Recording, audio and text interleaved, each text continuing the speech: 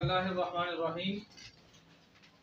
जिस तरह हमने सर्फ के अंदर ये चीज़ पढ़ी है कि सर्फ लफ्ज़ी लुग़वी तारीफ माना, फिर उसके बाद हमने क्या पढ़ा, इस्तिलाही तारीफ। लफ्ज़ी और इस्तिलाही में क्या फ़र्क है वो मैंने कुछ मिसालों से वाज़ेह की।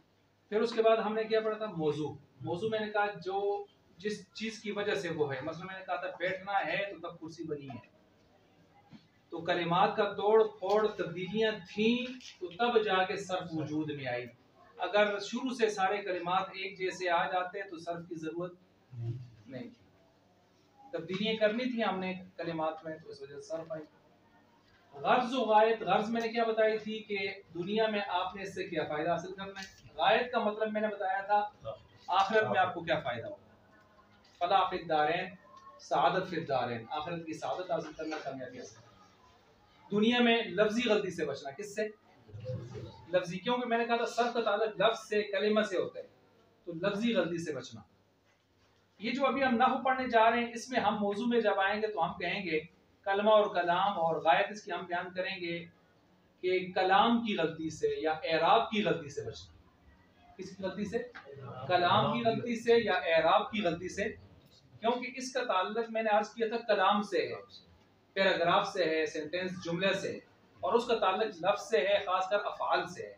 इसका इल्म सर्फ का, क्योंकि ये दोनों आपस में बहन भाई हैं, इस वजह से ये साथ साथ चलते रहेंगे, इधर उधर जाएंगे, उधर से इधर आएंगे। ये भी ज़हन में रखें, शुरू में जो ग्रामर का जो इल्म आया था उसका नाम इल्म नहव था।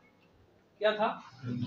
इस इल्म नहव में सर्फ भी अंदर दाखिल था, इल्म इश्तिकाक वो भी इसके अंदर दाखिल था, इल्म लुगत डिक्शनरी का इल्म वो भी इसमें दाखिल था, इल्म मुहावरात, ताबीरात, अमसाल, इल्म अदब, अदब अरबी, फसाहत, बलागत, मानी, बदीअ, ये उलूम अरबिया के नाम है। ये सारे के सारे किस इल्म में दाखिल थे? शुरू में इल्म नहव, इन सारे उलूम अरबिया को इल्म नहव कहते थे। बाद में आगे चल के चूंकि ये इल्म इतना मुतनव्विउल अनवा हुआ, यानी इसकी इतनी किस्में निकली छोटी छोटी, और हर किस्म में इतनी ज्यादा तफसीलात आई कि मजबूर होकर हमने हर किस्म को अलग-अलग फन की शक्ल देनी शुरू कर दी। और फिर हमने कहा इल्म नहव एक अलग फन है, सर्फ अलग है, हालांकि सर्फ पे ऐसी बता देती। इसकी मिसाल यूं समझें, शुरू में फिका लफ्ज जो है ना, फिका, इसमें दुनिया जहान का फहम शामिल था। आप अकीदा पढ़ें, अकीदा भी किस में आता था? फिका में। आप शरीयत पढ़ें, फिकी मसाइल पढ़ें, वो भी किस में आते थे? फिका में। आप पीरी मुरीदी जो तसव्वुफ का इल्म है, ये भी किस में दाखिल थी? फिका में। लेकिन आगे चल के इनके अंदर इतनी ज्यादा गहराइयां आई, इतनी तफसीलात आई कि हम मजबूर हुए कि इसके अलग अलग शोबे कर दिए। हमने शोबा अलग कर दिया। हमने कहा अकायद वाला होगा तो उसके इल्म कलाम कहेंगे, वो अलग है, वो फिका नहीं है, उसको हमने अलग कर दिया। हालांकि वो पहले फिका में ही क्या थी? दाखिल थी। इमाम हनीफा की किताब है फिका अकबर, वो अकायद पर ही है। उसको फिका अकबर इसलिए कहते हैं कि पुराने दौर में इस अकायद को भी क्या कहते थे? फिका। ठीक हो गई। बाद में तसव्वुफ जो सिलसिला है, इल्म सुलूक, तज़किया, उसको हमने अलग कर दिया। और जब हम फिका बोलते हैं तो फिका से मुराद आज हम आम तौर पर अकायद या तसव्वुफ नहीं लेते, फिका एक खास मानों में इस्तेमाल होती है, यानी शरई मसाइल और अहकाम। मेरी बात समझ गए होंगे। जिस तरह फिका शुरू में अकायद, फिकी मसाइल और तसव्वुफ तीनों को कहा जाता था, फिर इनमें तफसीलात ज्यादा होने की वजह से हमने इनमें पोर्शन बनाए। फिका को हमने खास किया फिकी मसाइल के साथ, अकायद को इल्म कलाम का नाम दिया, और तसव्वुफ को हमने इनमें तज़किया और तसव्वुफ अलग कर दिया। इसी तरह हमने नहव शुरू में सारे उलूम अरबिया को कहते थे, बाद में आगे किस्में ज्यादा होने की वजह से हमने इसके अंदर सर्फ को अलग करके इल्म सर्फ बना दिया, इल्म इश्तिकाक बना दिया, इल्म लुगत बना दिया, वगैरह वगैरह जो मैंने नाम दिए। और नहव हमने एक चंद मसाइल का नाम लिया। अब हम नहव सबको नहीं कहते, सर्फ अलग करते हैं। और वो इसकी मिसाल यूं भी समझें, आप अलैहिस्सलाम अपने दौर में हाकिम वक्त भी कौन थे? आप अलैहिस्सलाम। चीफ जस्टिस भी कौन थे? जर्नैल आजम भी कौन थे? मुर्शिद आजम भी कौन थे? मुअल्लिम आजम भी कौन थे? मुबल्लिग आजम भी कौन थे? क्या आज एक आदमी में ये सारी खुसूसियात इकट्ठा कर सकते हैं? हर शोबे में इतनी ज्यादा तफसीलात और इतने ज्यादा काम आ गए ना कि आज एक आदमी सारे शोबों में आला दर्जे पे चल नहीं सकता, मुश्किल है। इसलिए कोई जिहाद के मैदान में ऊपर चला गया, कोई तबलीग के मैदान में ऊपर चला गया, किसी ने उस मैदान को पकड़ लिया, किसी ने तदरीस को पकड़ लिया। अब सारे ठीक हैं, सारे शोबे हमें वहां से मिल गए, लेकिन आपकी जात इतनी आला जात थी कि आप सारी सिफ्तों को आला दर्जे में लेके चल रहे थे। हम कमजोर लोग हैं, हमने एक एक दो दो पकड़ ली है और उस पर भी हम टूटे फूटे जा रहे हैं। हालांकि शुरू में ये सारी निस्बतें एक शख्सियत से आई। मेरे ख्याल से आप इस मिसाल से आप समझे होंगे। जब आपके सामने ये आ गई कि सर भी इसमें दाखिल है, हजरत ने जो अभी इल्म अदब पढ़ाया वो भी इसी में दाखिल है, लेकिन अब आगे चल के हमने अलग-अलग कर दिया अपने समझने के एतबार से। अब हम आते हैं इल्म नहव की तरफ। इल्म नहव की भी आपने एक लफ्जी तारीफ है, इस्तिलाही तारीफ है, और फिर उसके एक मौजू है, गर्ज़ गायत है, और एक उसका मुजद बानी और अहमियत है। जी, सबसे पहले हम इसको ले लेते हैं लफ्जी तारीफ इसकी क्या है। लफ्जी तारीफ में नहव का जो लफ्ज है, ये नहव का जो लफ्ज लिखा है ये 14 मानों में इस्तेमाल होता है। कितने मानों में? लेकिन हम जो मशहूर माना इसका लेते हैं वो इसका माना हम लेते हैं रास्ता, किनारा, इरादा। रास्ता, किनारा, इरादा, ये उन 14 में से हम मशहूर माने जो आप यहाँ पर इस्तेमाल करेंगे। ये हो गया इसका रास्ता, किनारा, इरादा। अब दूसरी तारीफ कौन सी आ जाती है? इस्तिलाही लफ्जी तारीफ, उसकी तरफ हम जाते हैं।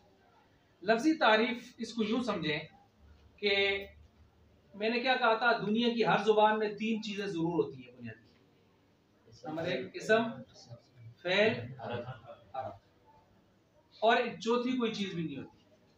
आप कुरान करीम की कोई भी आयत खोलें, जिधर हाथ लगाएंगे या इस्म होगा, या फेल होगा, या हरफ होगा, चौथी कोई चीज दुनिया की कोई जुबान में उठा। अच्छा, अब नहव को समझे। नहव इसको कहते हैं इस्तिलाही तारीफ, उसमें 2 जुमले आप इस्तेमाल करेंगे। नंबर 1, नहव कहते हैं इस्म, फेल, हरफ को मिलाकर जुमला बनाना।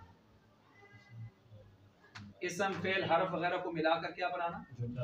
जुमला बनाना। और उसमें हर लफ्ज की पोजीशन को वाजे करना। अभी मिसाल दूंगा, आप समझ जाएंगे।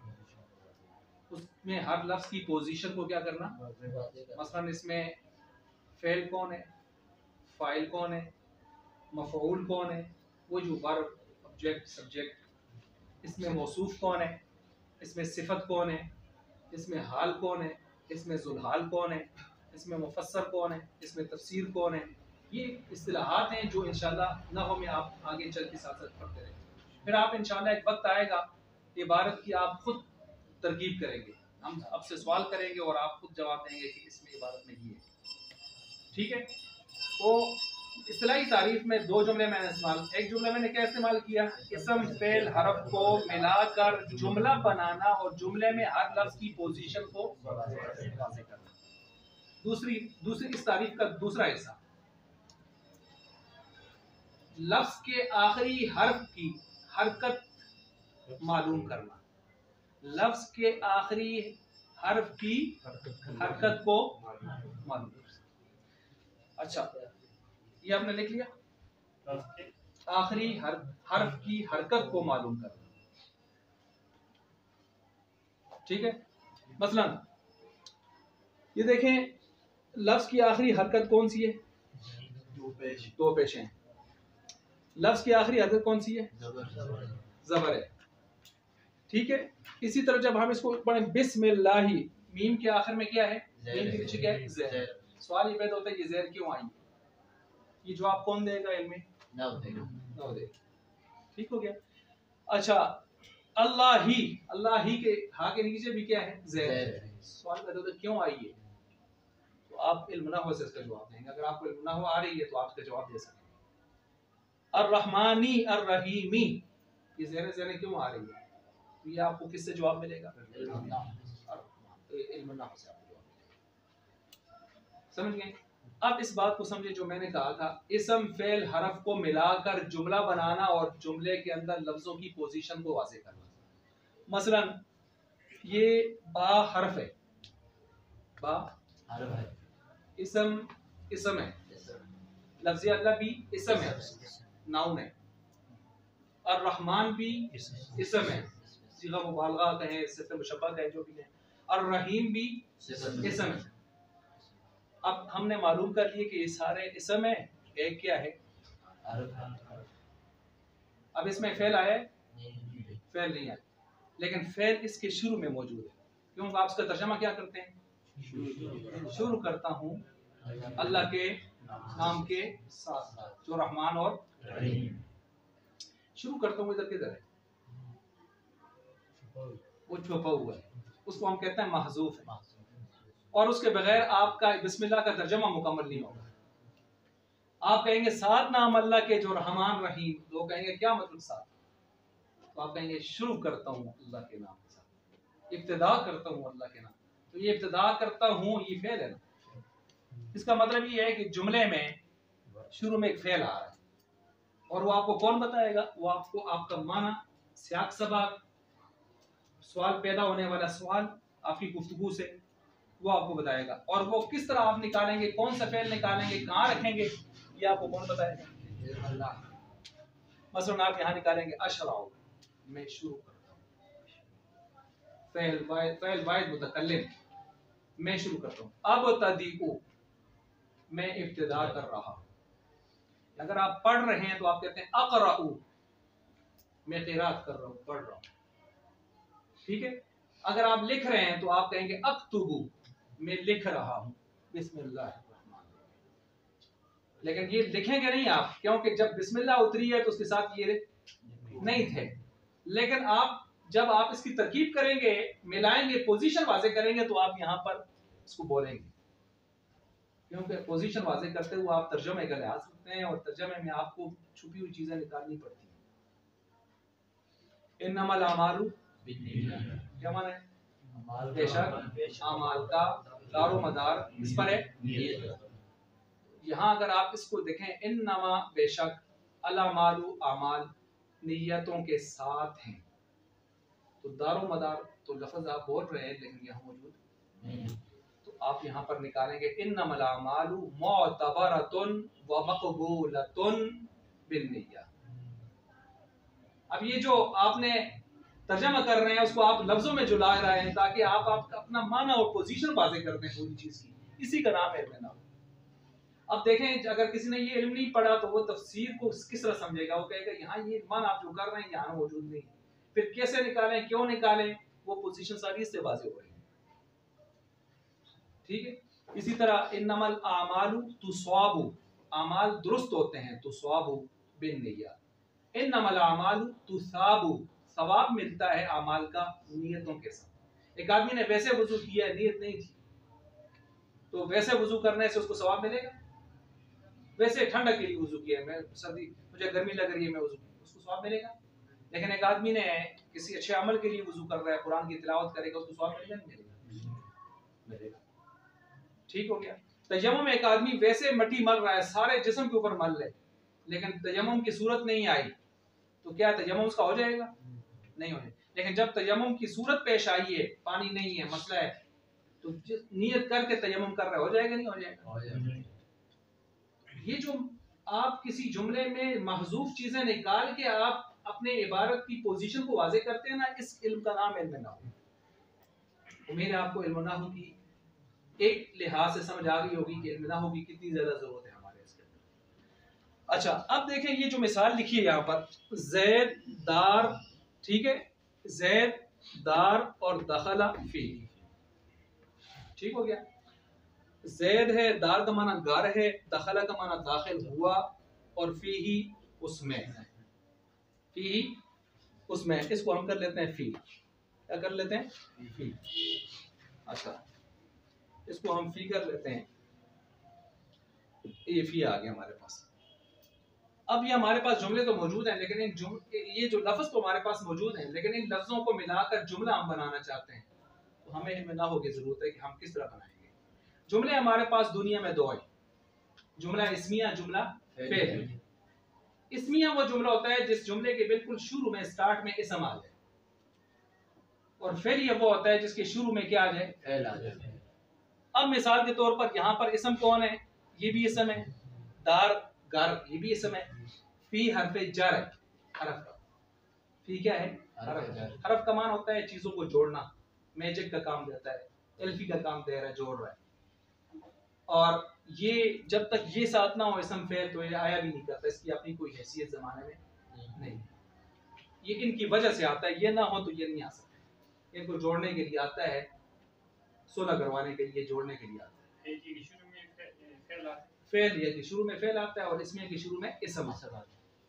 अब हमने इसको जुमला इसमी भी बनाना है, जुमला फेली भी बनाना है। मिसाल के तौर पर ज़ैद घर दाखिल हो गया, माजी है कि मुजारे क्या है, माजी है, माजी है। अभी आपने पढ़ा था ना, ज़रबुन से ज़रबा बनाया, ज़रबा का माजी था, मारा उस एक शख्स ने गुजरे जमाने में, तो दखला का क्या माना होगा, दाखिल हुआ एक शख्स गुजरे जमाने में। ये बना किससे है, दखला, सर्फ की रूह से देखें, दुखूल मस्दर है, दखलुन दुखूलुन कोई भी मस्दर ले रहे हैं, अब दुखूल उससे ये बन गया है दखला का लफ्ज़। इससे आगे फिर यदखुलु भी है, दाखिलुन भी है, मदखुलुन भी है, उदखुल भी है, वो सारे लफ्ज़ बनेंगे लेकिन शुरू में इसका एक मस्दर है। ठीक हो गया। फी ये हर्फ है। अब हम बनाते हैं जी, सबसे पहले हम कहते हैं ज़ैद दाखिल हो गया घर में, आप खुद बना लें, कैसे बनाएंगे, ज़ैदुन, जुमला इसमें बनाने लगे हम, ज़ैदुन पहले इसम आ गया, दखला फिद्दार, ज़ैद दाखिल हुआ फी में घर, ज़ैदुन दखला फिद्दार, ये कौन सा जुमला बना, जुमला। अब हम इसको फेलिए बनाना चाहते हैं, तो फेलिए में पहले कौन आता है, और इनमें फेल कौन है, उसको शुरू में स्टार्ट में ले रहे हैं, और उस फेल के बाद कौन आता है, फाइल, जो वो फेल कर रहा होता है, तो फेल करने वाला कौन है, दाखिल होना फेल है, और दाखिल कौन हो रहा है, फाइल। तो हम पढ़ेंगे दखला ज़ैदुन, देखें माना एक तरह ही है, थोड़ा सा फर्क होता है जुमला इसमी फेलिए में बताता हूँ, लेकिन जुड़ा कैसे है ये जोड़ने का तरीका कौन बताते हैं हम, वरना हम देखते रहेंगे इसको उधर रखें उसको इधर रखें, हम माना की पोजीशन को वाज़ेह करेंगे। जब हम कहेंगे ज़ैदुन दखला फिद्दारी, ज़ैदुन हम बनाएंगे मुब्तदा, क्या बनाएंगे, क्या बनाएंगे जी, ये मसलन मैं लिख लेता हूँ, ज़ैदुन दखला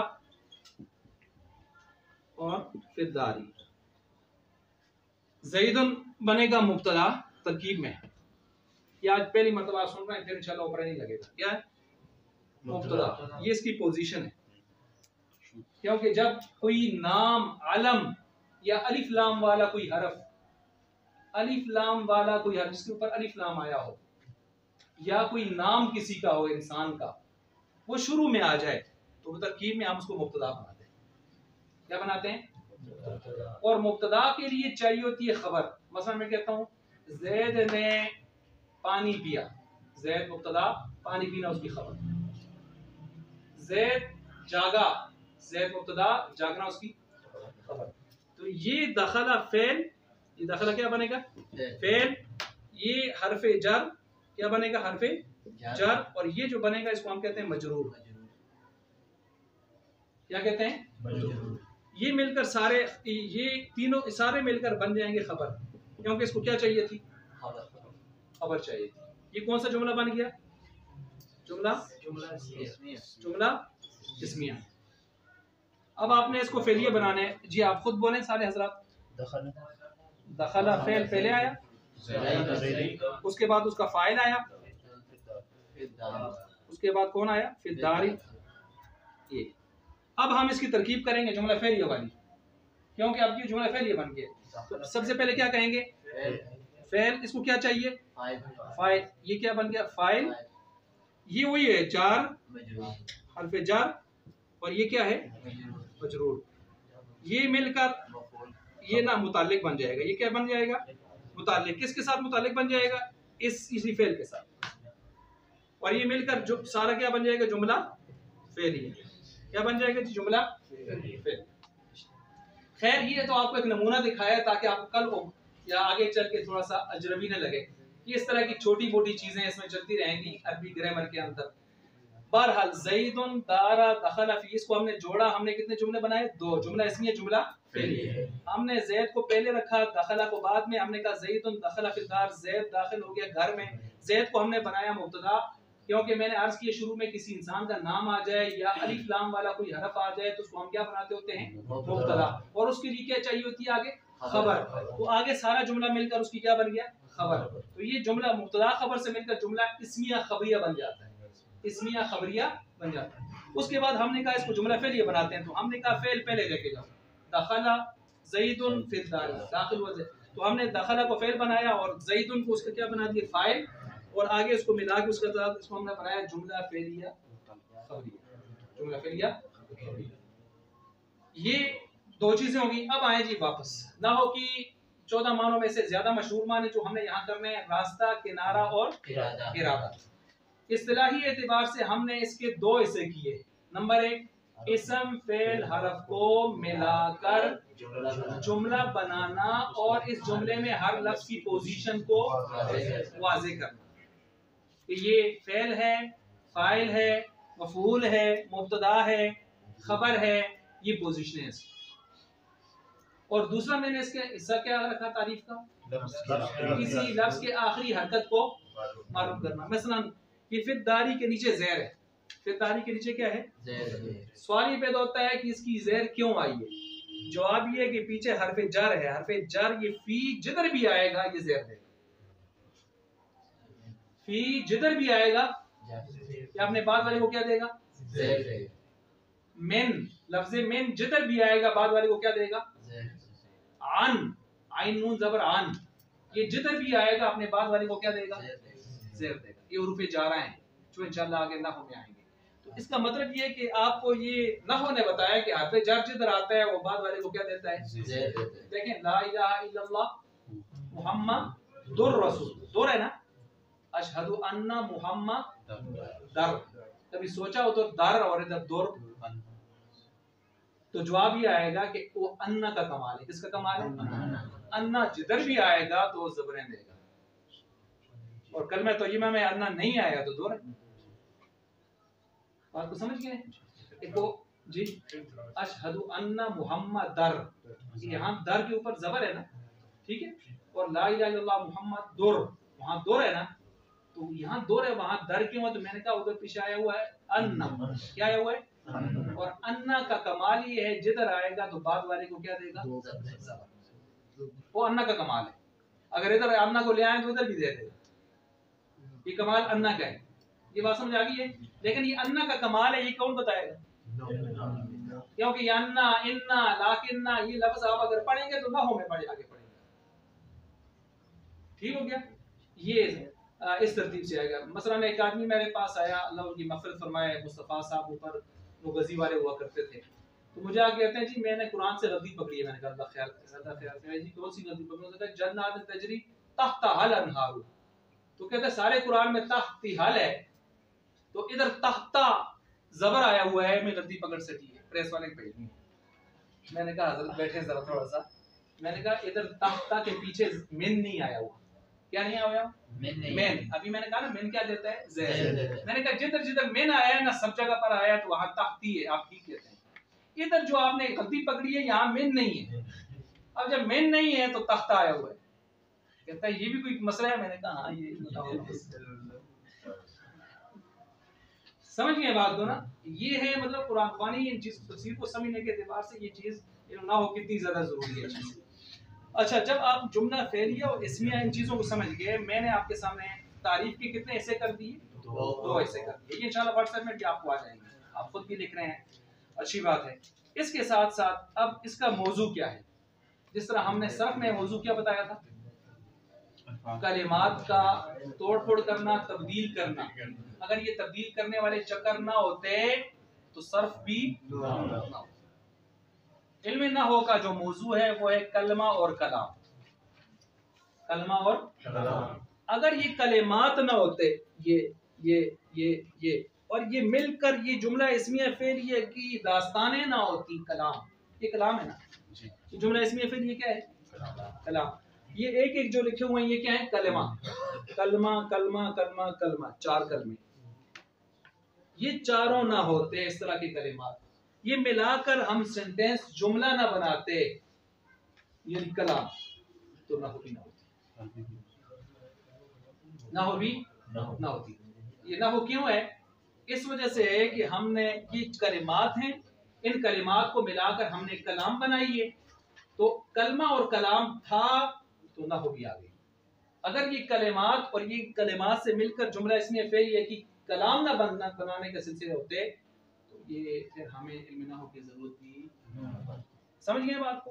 मैंने क्या कहा था? बैठना ना होता कुर्सी के ऊपर तो कुर्सी भी ना होती।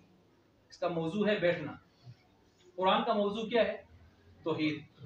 अगर अल्लाह की तौहीद का दुनिया में प्रचार मकसद ना होता तो कुरान भी, अल्लाह की रुबूबियत, अल्लाह की पहचान, अल्लाह की तौहीद का इजहार ना होता मकसद, तो कुरान भी।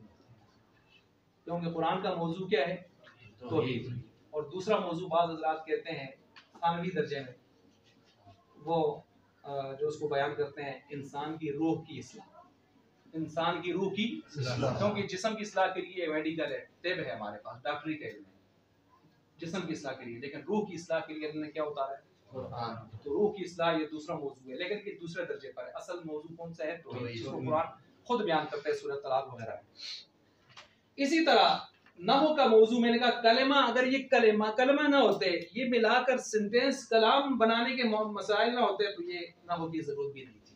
ये समझ गए उसको? इसके बाद कलमा और कलाम, यानी ये कलिमात है ना, 1 2 3 4, इस मिसाल के अंदर ये थे तो ये बने वो कलिमात, ये कलाम, जुमला इसमिया फेल, ये जुमला जो भी हो तो वो कलाम होता है। क्या होता है? कलाम होता है। तो ये थे तो हमने इल्म नाहू को वजूद दिया, ये ना होते तो इल्म नाहू भी ना होता। ठीक हो गया? अच्छा जी, इसी तरह हम जो है इसको लेते हैं, इसका जो गर्ज़ो गायत है, तो गर्ज़ो गायत में मैंने अभी बताया था, सर्फ का गर्ज क्या थी? लफ्जी गलती से बचना। किससे? मसलन ज़राबा को ज़रबुन ना पढ़ें, ज़रबुन को ज़राबा ना पढ़ें, क्योंकि ज़रबुन मस्दर है और ज़राबा माजी है, बताया था ना। ज़रबुन का माना मारना, ज़राबा का माना मारा उस एक शख्स ने दूसरे जमाने में। अब अगर किसी को ये फर्क नहीं आता, तो जब एराब नहीं लगे होंगे, वो चीजों को नहीं समझता होगा, तो वो ज़राबा को ज़रबुन पढ़ता रहेगा। जब उसको सर्फ आती होगी तो वो समझ जाएगा, ना वो आती होगी समझ जाएगा यहाँ पर क्या होना चाहिए। ठीक है? ऐसे ही यहाँ पर इल्म नहू का जो मकसद है, जो उसके गर्ज है, गर्ज़ गायत है, वो ये है कि जुमला बोलने में, कलाम बोलने में, इबारत लिखने में, पढ़ने में, बोलने में गलती से बचना। उधर हमने क्या कहा? लफ्जी गलती से बचना। कैसे मैंने मिसाल दी? ज़राबा को ज़रबुन नहीं पढ़ना, लफ्ज एक ना, लफ्जी गलती से। इधर हमने क्या कहा? इधर हमने क्या कहा? पढ़ने में, लिखने में, बोलने में इबारत की चलती गलती से यानी बचना, इबारत चलती इबारत के अंदर गलती से बचना। मसलन ज़ैदुन दा, ये जो हमने जो मिलाया है, ज़ैदुन दखला फिद दारी, तो ऐसे नहीं पढ़ना कि ज़ैदन दखलू फिद दारू, ऐसे नहीं पढ़ना, बल्कि जिस तरह पढ़ने मैंने कहा फी अपने बाद वाले को क्या देता है? ज़ेर देता है। ये दखला माजी है और माजी का उसूल ये है कि इसके आखिर में हमेशा ज़बर आती है, फतह आता है, फतह को हम कहते हैं ज़बर। आप इसको दखल नहीं पढ़ सकते। और ज़ैदुन के आखिर में तनवीन इस वजह से है कि दुनिया में एक हरकत ऐसी है जो पैदाशी है। क्या है? पैदाशी। जब तक उसको कोई तब्दील करने के लिए ना आए, तो उसकी पैदाशी हरकत, हर लफ्ज़ जो दुनिया में आया है वो पेश लेकर आए। हर हरफ जो दुनिया में साथ हरकत लेकर आया है, वो कौन सी लेकर आया है? पेश। उस पेश को तब्दील करने के लिए हमारे पास आगे कुछ अल्फाज होते हैं, बाज़ जगहों पर हम ज़बर बना देते हैं, ज़ेर बना देते हैं, लेकिन कुछ भी तब्दील करने वाला ना आए तो उसकी पैदाशी हरकत क्या है? उसके पीछे कुछ है बदलने वाला? नहीं है ना। तो पैदाशी हरकत लेके बैठा हुआ है, पैदाशी हरकत लेके बैठा हुआ है। ये इस्म की बात मैं कर रहा हूँ। इस्म शुरू से क्या लेके आया हुआ है? पेश। ठीक है, शुरू से पेश। और फेल पर भी यही मामला है कि अगर उसको शुरू से बनावट में पेश पर ही छोड़ा है, तो पेश, जिस तरह फेल मुजारे को हम पेश पर छोड़ते हैं तो पेश पर होता है, तब्दील करें तो तब्दील भी हो जाता है। इसी तरह दारुन था, लेकिन जब इस पर हमने फी को दाखिल किया तो फी ने इसको क्या दे दी, ज़ेड। क्या दे दी भाई, ज़ेड। अच्छा, अब इसका हो गया गर्ज़ो गायब। गर्ज़ो गायब मैंने आपको क्या बता दी, लिखने में, पढ़ने में, बोलने में इबारत की गलती से महफूज हो जाना। ये कौन महफूज करेगा, ठीक हो गया। ये इसका क्या हो गया, यानी बाकी चीजें मैंने पीछे वाज़ेह कर दी। और इसका इसी तरह जो है आखिरी हरकत को पहचानना, आखिरी हरकत को पहचानना, वो पीछे मैंने उसकी वाज़ेह की है। और साथ साथ गायत मैंने कहा आखिरत के एतबार से क्या है कि ताकि हम सही इल्म पढ़ के उसके मुताबिक अमल करके आखिरत में क्या हो जाए, कामयाब। वो जो वहाँ सर्फ में हमने पढ़ा, सआदत फिद दारैन और फलाह फिद दारैन। अच्छा, ये हो गया इसका इस हवाले से। बाकी यहाँ पर एक सवाल पैदा होता है कि सर्फ को सर्फ क्यों कहते हैं, वो मैंने बता दिया, तब्दील करना, कलिमात की तब्दील। ये ना हो कि जो 14 मानों में से 3-4 माने हमने लिए हैं, इनको हम यहाँ कैसे फिट करें, इसके अंदर कैसे फिट होते हैं। हमने पहला माना कौन सा मुराद दिया है जी, रास्ता, किनारा। रास्ता यानी ना हो एक तरीका है कि इस तरीके के मुताबिक हम गुफ्तगू करके अरबों के सही तरतीब पर चले जाते हैं, अरबों के सही नेज पर चले जाते हैं। इस इल्म नहू के जरिए से हम अरबों के कवायद का जो असल तरीका है उसके मुताबिक हम अरबी बोलने लिखने पर क्या हो जाते हैं, कादिर हो जाते हैं, उस सही रास्ते पर चले जाते हैं। इसलिए इसको क्या कहते हैं, इल्म नहू, यानी अरबों का खास रास्ता। दूसरा माना मैंने क्या किया इसका, किनारा। तो इसमें किनारा इस वजह से कहते हैं कि मैंने कहा कि इसमें हम ये भी मालूम करते हैं कि किसी भी लफ्ज के आखिरी हर्फ की हरकत क्या है, और आखिरी हरकत रात होता है, किनारे पर आता है ना, किनारे पर। इस वजह से इसका नाम भी हमने क्या रख दिया, इल्म। ठीक हो गया। और एक माना इसका मैंने आपके सामने क्या किया है, इरादा किया है। ठीक है, तो इरादा करने के एतबार से भी सबसे पहले यानी इसको जमा करने के एतबार से बाकायदा इरादा किया गया। किसने इरादा किया था, मैंने अर्ज किया कि हजरत उमर अपने दौर में इरादा किया था एक खास वाक़े के अंदर कि भाई इस तरह कवायद जमा करने चाहिए, और कवायद उन्होंने सबसे पहले खुद जमा करके दिए थे। वो जो कलमा 3 किस्मों पर ऐसा में पहले हरफ है, फिर फरमाया इसके मुताबिक आगे तुम चलाओ। तो गोया इरादा किया गया था इन कवायद को जमा करने का बाकायदा खलीफा राशिद की तरफ से, तो इसलिए इसका नाम क्या पड़ गया, इल्म। ये मैंने वजह बता दी कि इसको फिर इल्म हम क्यों कहते हैं। ज़रूरत और अहमियत आपको पहले मैंने वाज़ेह कर दी है कि सर्फ और नहू के बगैर कुरान की तफसीर को समझना मुश्किल क्या नामुमकिनात में से है। जितनी मरतबा आदमी पढ़े तो उसको समझ सकता नहीं है। अच्छा, जब आपके सामने ये चीज़ आ गई, अब इंशाअल्लाह बात को ख़त्म कर रहे हैं। आज उम्मीद है इंशाअल्लाह आपको सर्फ नहू उनकी लफ्ज़ी, लुग़वी और इस्तिलाही तारीफात, इसके साथ साथ और क्या चीज़ है, मेरे साथ दोहराएं, मौजू और गर्ज़। गर्ज़ का मतलब दुनिया में फायदा, आयत का मतलब आखिरत में फायदा। आखिरत में फायदा दोनों का एक है, ठीक है। और उधर लफ्जी में दुनिया में बचना गलती से, इधर इबारत में इसमें बचना, ठीक है। उसके बाद क्या है, इसके बानी क्या है, ठीक है, इसके बानी क्या है। तो बानी भी मैंने आपको पहले बता दिए थे। नहू के अंदर तो मैंने कहा था बुनियादी तौर पर उमर का नाम आ रहा है, कुछ और हज़रात के जो नाम है अबुल अस्वद दोहली वगैरह, अबू मुस्लिम महाज़ के नाम बताए थे। और नहू के अंदर हज़रत उमर का नाम ज़्यादा मशहूर आगे चला आ रहा है, और फिर इन हज़रात के नाम ये जो मैंने सर्फ की दुनिया में भी आपको बता दिए हैं। अल्लाह ताला जो है जो कुछ कहा सुना गया अल्लाह हमारे सीने में उतार दे, अल्लाह हमें खूब उसको अच्छी तरह बताने की और याद रखने की, याद करने की तौफीक अता फरमाए। फिर वही आपसे गुजारिश है, बुरादराना माहौल में कोई तंग तो नहीं हुआ माशाअल्लाह, ये तो एक फरिश्तों वाला माहौल, एक मजलिस होती है ना। तो इंशाअल्लाह ये चीज़ें आपको व्हाट्सएप पर भी पहुँचाएंगी, और आपने लिखी भी हैं, अपनी जगह आप देखेंगे। कल इंशाअल्लाह वो जो चीज़ें आज हमने पढ़ी हैं उसको पहले से फिर हम दोहराई कर लेंगे 2-4 मिनट में इंशाअल्लाह, और फिर हम आगे किताब को लेकर चलेंगे। अभी आपके सामने आज किताब हमने नहीं रखी, हमने किताब के बगैर एक चीज़ कल आपके सामने, एक चूँकि किताबें सबके पास थी भी नहीं ना, तो इंशाअल्लाह कल किताबें साथ आपके सामने होंगी। हम किताब से ही चीज़ लेंगे, उसी को यहाँ पर हल करेंगे, आपके सवालात को लेंगे इंशाअल्लाह, बात लेकर चलते हैं।